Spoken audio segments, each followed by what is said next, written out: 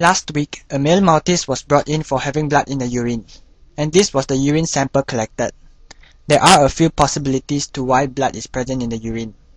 One, it could be due to trauma, a trauma injury to the bladder, or it could be even to the kidneys. Secondly, there may be an infection somewhere along the urinary tract. Lastly, it could be a tumor within the urinary tract. Therefore, in order to determine the cause, further examination had to be done.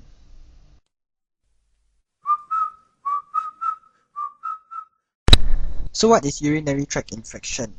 It is a bacterial infection along the urinary tract. It can be classified into three categories: upper urinary tract infection, cystitis, or lower urinary tract infection. For the upper infection, the affected organs are the kidneys and the ureters. For cystitis, the infection occurs in the bladder. As for the lower infection, the urethra becomes infected. Upon examination, the weight of the dog was recorded. The vet listened to the heart rate. The abdomen was palpated to check for signs of pain and enlargement. Last but not least, the vet asked questions to obtain medical history of the dog. It was noted that the dog had been feeding on dry food and had insufficient intake of water. It started urinating blood for a day and was brought in as soon as possible. Firstly, we did a blood collection so that we could send the blood for the test to show for any abnormalities. As you can see from the picture, the dog is firmly restrained by the veterinary technician on your right. He holds the dog close to his body and extends the front paw. In this case, blood is withdrawn from the cephalic vein found on the medial aspect of both the left and right front limbs. Prior to withdrawal, alcohol can be poured over the limb to allow for easier detection of the vein. The veterinary technician then squeezes the upper forelimb slightly to allow the vein to protrude. Otherwise, a tourniquet can be used. This is done to occlude the blood supply to the vein. The veterinarian is then able to insert the needle to withdraw around 1 to 3 ml of blood.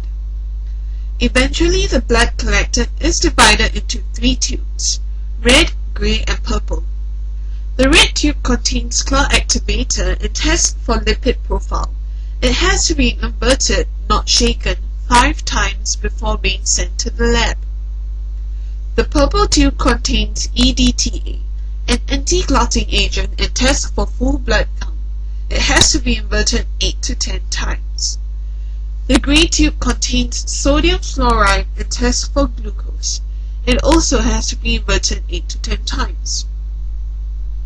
Now, the result of the blood test did not show much of the dog's condition. This is because the kidney and liver enzymes are normal, so this shows that there was normal function of both the liver and the kidney. Therefore, a urine test would have to be carried out to determine the root cause of the problem. In this case, a semi-plastic urinary catheter was used. This can be used for either sex, male or female. The tip of the catheter was lubricated with lubricant before insertion to minimize urethral trauma. The urine is then withdrawn with a syringe attached to the other end. The urine test revealed infection in the urinary system. There was a lot of blood and white blood cells. The white blood cells indicate a bacterial infection of the bladder, while the red blood cells indicate an inflammation of bladder. However, no biochemistry can be done due to overwhelming amount of blood, as well as X-rays show that there is no radiodense urinary stones.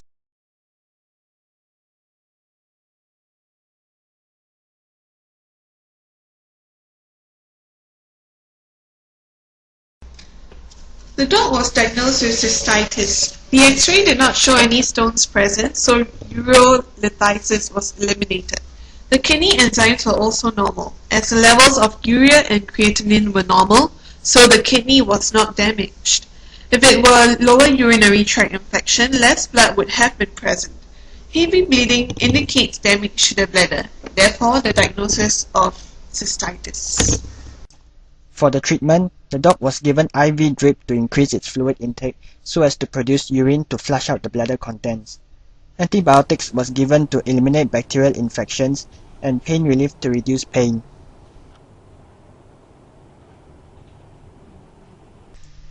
The dog was discharged after a day of hospitalization as he was recovering well.